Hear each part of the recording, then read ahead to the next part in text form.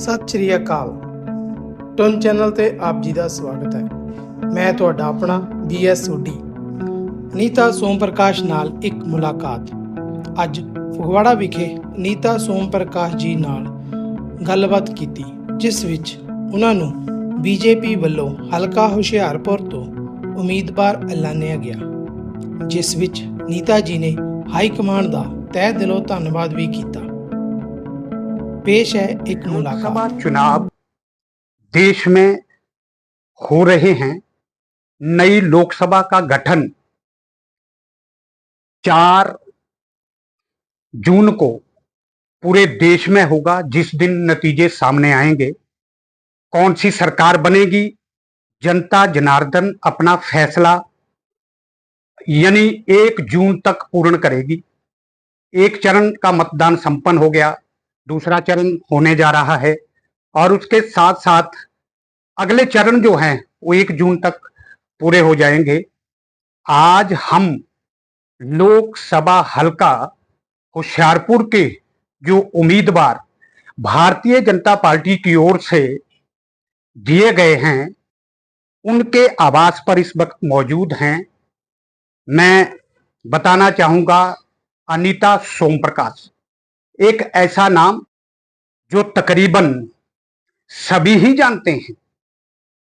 ये जरूर बताऊंगा कि अनीता सोम प्रकाश केंद्रीय राज्य मंत्री सोम प्रकाश कैंथ जी की धर्मपत्नी है और हमारे सोम प्रकाश जी पहले अकाली और भाजपा की सरकार में CPS भी रह चुके हैं। उसके बाद मेंबर ऑफ पार्लियामेंट लोकसभा हलका होशियारपुर से जीतने के बाद केंद्र सरकार में 5 वर्ष तक मंत्री का कार्यकाल पूरा कर रहे हैं और उसके साथ साथ ही अब जो सन 2024 का जो लोकसभा चुनाव होने जा रहा है, 1 जून को हर मतदाता अपने मत का प्रयोग करेगा और अपना उम्मीदवार लोकसभा में भेजेगा। आइए अनीता सोम प्रकाश जी से मुलाकात करवाते हैं। अनीता सोम प्रकाश जी नमस्कार। हमारे चैनल देख रहे सभी दर्शकों को भी हमारी तरफ से नमस्कार। सन 2024 का लोकसभा चुनाव 1 जून को जनता का जनादेश, उम्मीदवारों के प्रति नई सरकार, केंद्र सरकार का गठन करने के लिए मतदाता अपने मत का प्रयोग करेगा।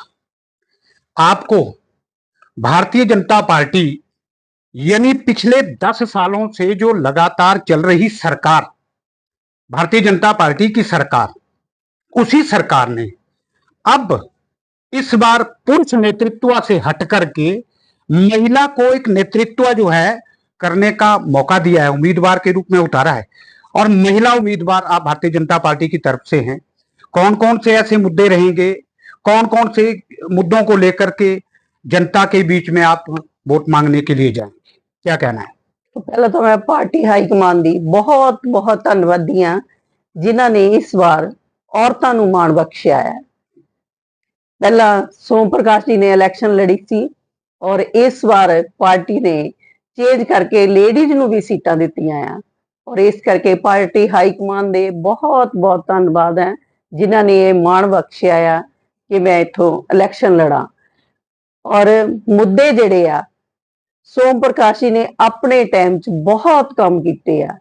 साडे उही मुद्दे आ कि जिहड़े असीं पहलां काम कंप्लीट कर चुके हैं। हुण नवें मुद्दिਆਂ ਦੇ ਲਈ ਅਸੀਂ पब्लिक ਦੇ ਵਿੱਚ ਜਾਵਾਂਗੇ। पब्लिक ਦੇ जो भी मुद्दे ਹੋਊਗੇ हलके वालिਆਂ ਦੇ, क्योंकि हलका बहुत ਵੱਡਾ ਹੁੰਦਾ है, ਉਹਦੇ ਵਿੱਚ ਜਾ ਕੇ ਲੋਕਾਂ ਨੂੰ ਪੁੱਛੂੰਗੀ ਕਿ ਤੁਹਾਡੇ ਕੀ ਕੰਮ ਹੈ ਕਰਨ ਵਾਲੇ और आने वाले 5 सालों ਦੇ ਵਿੱਚ ਉਹਨਾਂ ਨੂੰ ਕੰਪਲੀਟ ਕਰਨ ਦੀ कोशिश करेंगे। पिछले 5 वर्षों से सोम प्रकाश कैंथ जो लोगों के द्वारा इसी कंस्टिट्यूएंसी से, इसी हलके से सांसद बनाए गए और सांसद बनने के बाद उनको केंद्र सरकार में मंत्री बनाया गया। मंत्री के तौर पर उन्होंने 5 वर्षों तक जनता के बीच में लोगों के काम किए हैं। क्या आपको लगता नहीं है कि उनके काम से जनता खुश नहीं होगी? नहीं, उन्होंने काम नाल जनता बहुत खुश है। तुसी भी हलके दे विच रहंदे हो, ਉਹਨਾਂ ਦਾ ਇੱਕ ਆਪਣਾ ਕੰਮ ਕਰਨ ਦਾ ਤਰੀਕਾ ਸੀ ਔਰ ਉਹਨਾਂ ਨੇ ਬਹੁਤ ਜ਼ਿਆਦਾ ਡਿਵੈਲਪਮੈਂਟ ਕਰਾਈ ਆ, ਖਾਸ ਕਰਕੇ ਹਲਕੇ ਦੇ ਹੁਸ਼ਿਆਰਪੁਰ ਦੇ ਵਿੱਚ ਵੀ ਮੈਡੀਕਲ ਕਾਲਜ ਲੈ ਕੇ ਆਏ ਆ। ਹਾਈਵੇ ਜਿਹੜੇ ਆ ਹੁਸ਼ਿਆਰਪੁਰ ਵਾਲਾ ਦੇਖੋ ਤੁਸੀਂ, ਫਗਵਾੜਾ ਤੋਂ ਹੁਸ਼ਿਆਰਪੁਰ 4 ਲੇਨ ਉਹ ਵੀ ਹੋਰ ਜਾ ਰਿਹਾ, ਪੂਰਾ ਕੰਮ ਉਹਦਾ ਸ਼ੁਰੂ ਹੋਣ ਜਾ ਰਿਹਾ ਆ। ਔਰ ਬਹੁਤ ਵੱਡੇ ਵੱਡੇ ਜਿਹੜੇ ਕੰਮ ਆ, ਰੇਲਵੇ ਸਟੇਸ਼ਨਾਂ ਨੂੰ ਲੈ ਲਓ, ਉਹਨਾਂ ਦੇ ਜਿਹੜੇ ਐਮਪੀ ਦੇ ਕੰਮ ਹੁੰਦੇ ਆ, ਉਹਨਾਂ ਨੇ ਉਹ ਕੰਮ ਕਰਾਉਣ ਦੀ ਪੂਰੀ ਕੋਸ਼ਿਸ਼ ਕੀਤੀ ਆ। ਔਰ ਆਪਣੀ ਜਿਹੜੀ ਉਹਨਾਂ ਦੀ ਐਮਪੀ ਫੰਡ ਵੀ ਉਹਨਾਂ ਨੇ ਆਪਣੇ ਹਲਕੇ 'ਚ ਦੇ ਕੇ ਪੂਰੀ ਡਿਵੈਲਪਮੈਂਟ ਕਰਨ ਦੀ ਕੋਸ਼ਿਸ਼ ਕੀਤੀ ਆ, ਕਿਉਂਕਿ ਜਿਹੜਾ ਪਿਛਲੇ 5 ਸਾਲ ਸੀ ਉਹਨਾਂ ਦੇ ਵਿੱਚ ਹਾਲਾਤ ਜਿਹੜੇ ਸੀ ਕਰੋਨਾ ਦਾ, ਫਿਰ ਹੋਰ ਮੁੱਦੇ ਬਹੁਤ ਉੱਠ ਖੜੇ ਔਰ ਉਹਨਾਂ ਨੂੰ ਲੈ ਕੇ ਕਾਫੀ ਅੱਧਾ ਸਮਾਂ ਤਾਂ ਉਹਨਾਂ ਦੇ ਵਿੱਚ ਹੀ ਨਿਕਲ ਗਿਆ। ਔਰ ਜਿੰਨਾ ਸਮਾਂ ਮਿਲਿਆ ਉਨੇ ਸਮੇਂ ਦੇ ਵਿੱਚ ਉਹਨਾਂ ਨੇ ਬਹੁਤ ਕੰਮ ਕੀਤੇ ਆ ਔਰ ਲੋਕ ਦੇਖਦੇ ਵੀ ਆ। ਮੋਦੀ ਜੀ ਨੇ ਬਹੁਤ ਕੰਮ ਕੀਤੇ ਆ ਦੇਸ਼ ਦੀ ਤਰੱਕੀ ਦੇ ਲਈ। ਦੇਸ਼ ਦੀ ਤਰੱਕੀ ਹਰ ਇਨਸਾਨ ਦੇਖ ਰਿਹਾ, ਵਰਲਡ 'ਚ ਬੈਠੇ ਲੋਕ ਦੇਖ ਰਹੇ ਆ ਭਾਰਤ ਦੀ ਤਰੱਕੀ ਨੂੰ, ਔਰ ਹਰ ਕੋਈ ਦੇ ਤਾਰੀਫ ਕਰ ਰਿਹਾ ਮੋਦੀ ਜੀ ਦੀ ਕਿ ਉਹਨਾਂ ਨੇ ਦੇਸ਼ ਨੂੰ ਬਹੁਤ ਉੱਚਾ ਚੁੱਕਿਆ। ਔਰ ਆਉਣ ਵਾਲਾ ਸਮਾਂ ਵੀ ਜਿਹੜਾ ਆ ਉਹ ਭਾਰਤ ਦੀ ਤਰੱਕੀ ਦਾ ਆ, ਅਸੀਂ ਤੇ ਉਹਦੇ ਵਿੱਚ ਸਿਰਫ ਇੱਕ ਯੋगदान पाना। एक सबसे बड़ा काम इस बार ये हुआ कि अयोध्या में श्री राम जी का मंदिर बना और उस मंदिर को बनने में सरकार का योगदान भी रहा, जनता का भी बड़ा योगदान रहा।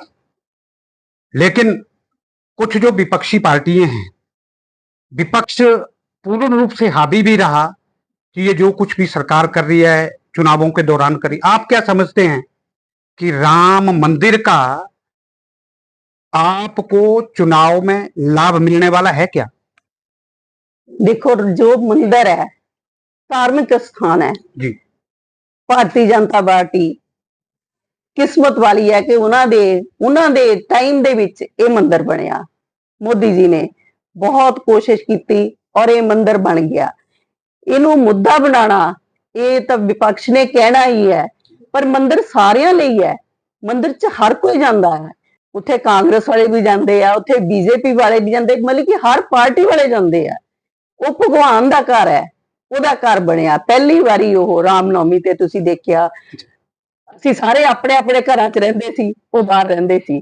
ਮੋਦੀ ਜੀ ਨੇ ਕੋਸ਼ਿਸ਼ ਕੀਤੀ ਕਿ ਇਸ ਵਾਰ ਭਗਵਾਨ ਰਾਮਚੰਦਰ ਜੀ ਵੀ ਆਪਣੇ ਘਰ ਦੇ ਵਿੱਚ ਸੀ।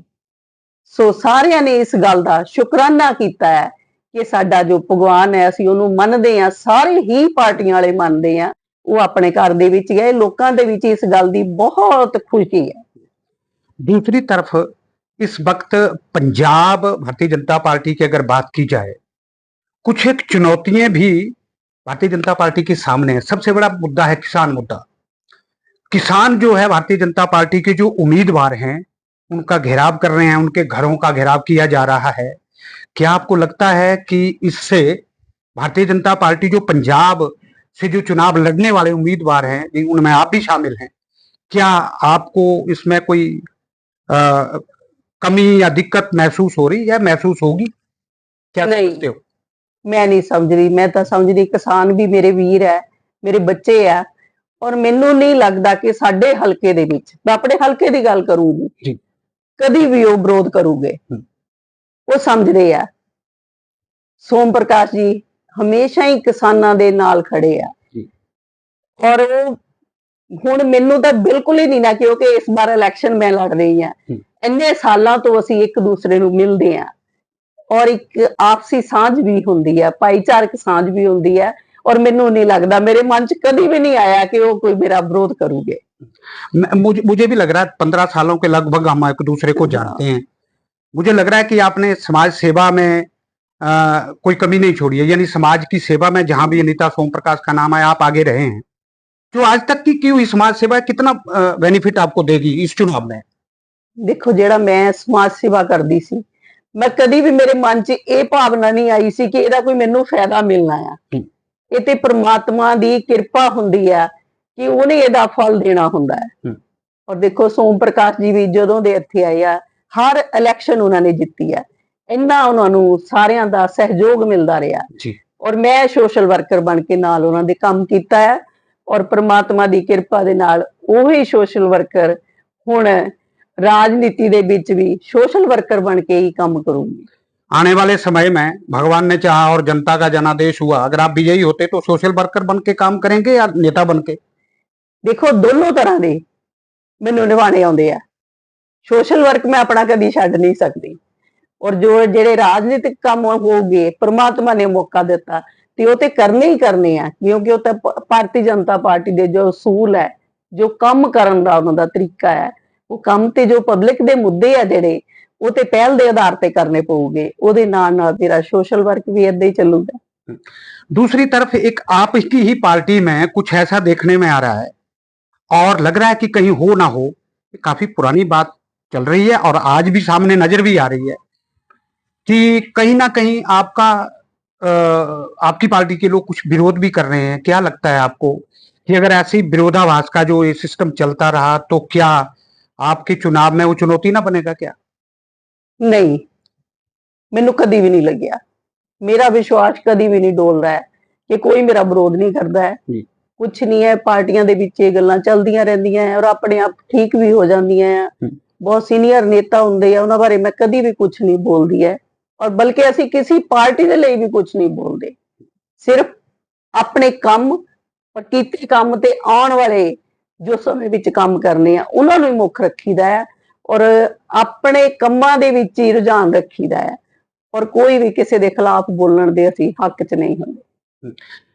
आखिर सवाल रहेगा कि अगर आप, मैं दूसरी बार फिर इस शब्द को आपके सामने रख रहा हूं, जनता ने आपको जनादेश दे दिया और आप निर्वाचित होकर के जो यहां से चले जाते हैं, तो इस अपने हलके के लिए और विशेष रूप से आप फगवाड़ा के निवासी हैं और पिछले 15, 18, 20 साल जब से भी है, तो फगवाड़ा के लिए केंद्र सरकार से सबसे बड़ी परियोजना का ऐसा कौन सा तोहफा देंगे फगवाड़ा वासी?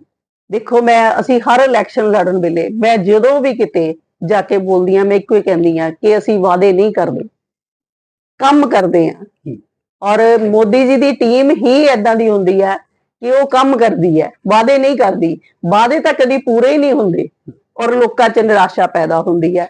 ਔਰ ਮੇਰੇ ਤਾਂ ਆਪਣੇ ਮਨ ਦੇ ਵਿੱਚ ਹੀ ਬਹੁਤ ਵਾਅਦੇ ਹੁੰਦੇ ਆ ਜਿਹੜੇ ਮੈਂ ਪੂਰੇ ਕਰਨੇ ਹੁੰਦੇ ਆ, ਉਹ ਮੈਂ ਪੂਰੇ ਕਰਨ ਦੀ ਕੋਸ਼ਿਸ਼ ਕਰੂੰਗੀ, ਕਿਉਂਕਿ ਪਬਲਿਕ ਮੇਰੇ ਨਾਲ ਹੈ, ਵੋਟਰ ਮੇਰੇ ਨਾਲ ਹੈ, ਉਹਨਾਂ ਦਾ ਆਸ਼ੀਰਵਾਦ ਮੇਰੇ ਨਾਲ ਹੈ।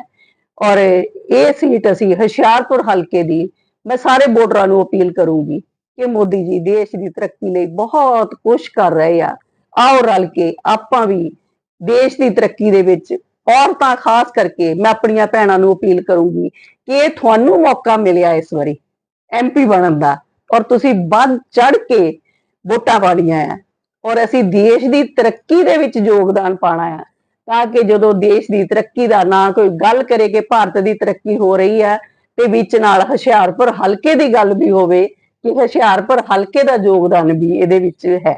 आप लोगों में जाते हैं, अपने हलके में, अपनी कंस्टिट्यूएंसी में, जब से मेरा ख्याल आपका टिकट अनाउंस हुआ है, मुझे लग रहा है कि आप एक दिन भी घर नहीं रहे होंगे और अपनी कंस्टिट्यूएंसी के जो लोग हैं उनसे मिलने के लिए कैसा रिस्पॉन्स, क्या लोगों से क्या क्या लोग कहते क्या हैं, क्या रिस्पॉन्स मिलता है? ऐसा तो कोई नहीं कहेगा मैं बीजेपी को वोट डालूंगा, लेकिन लोगों का रिस्पॉन्स है क्या? ये अंतिम सवाल। ਦੇਖੋ, ਇਹ ਤੁਸੀਂ ਫਗਵਾੜੇ ਵਿੱਚ ਰਹਿੰਦੇ ਹੋ, ਤੁਸੀਂ ਜਾ ਕੇ ਪਬਲਿਕ 'ਚ ਜ਼ਰੂਰ ਸਵਾਲ ਕਰਿਓ। ਲੋਕਾਂ ਦੇ ਵਿੱਚ ਬਹੁਤ ਉਤਸ਼ਾਹ ਹੈ ਵੋਟ ਪਾਉਣ ਦਾ ਮੋਦੀ ਜੀ ਨੂੰ, ਔਰ ਉਹ ਇਹ ਉਤਸ਼ਾਹ ਏਦਾਂ ਹੀ ਬਣਿਆ ਰਹਿਣਾ ਆ, ਕਿਉਂਕਿ ਇਹ ਭਾਰਤ ਦੀ ਗੱਲ ਹੈ, ਭਾਰਤੀ ਜਨਤਾ ਪਾਰਟੀ ਦੀ ਗੱਲ ਹੈ। ਔਰ ਸੋਮ ਪ੍ਰਕਾਸ਼ ਜੀ ਦੇ ਫਗਵਾੜੇ ਵਿੱਚ ਖਾਸ ਕਰਕੇ ਮੈਂ ਕਹੂੰਗੀ ਕਿ ਇੱਥੇ ਤਾਂ ਉਹਨਾਂ ਨੇ ਬਹੁਤ ਕੁਝ ਕੀਤਾ, ਕਿਉਂਕਿ ਇੱਥੇ ਉਹਨਾਂ ਨੇ ਵੱਧ ਸਮਾਂ ਕੱਢਿਆ, 2 ਵਾਰ ਐਮਐਲਏ ਵੀ ਰਹੇ ਆ, ਐਮਐਲਏ ਰਹਿ ਕੇ ਉਹਨਾਂ ਨੇ ਬਹੁਤ ਜ਼ਿਆਦਾ ਡਿਵੈਲਪਮੈਂਟ ਕੀਤੀ ਆ।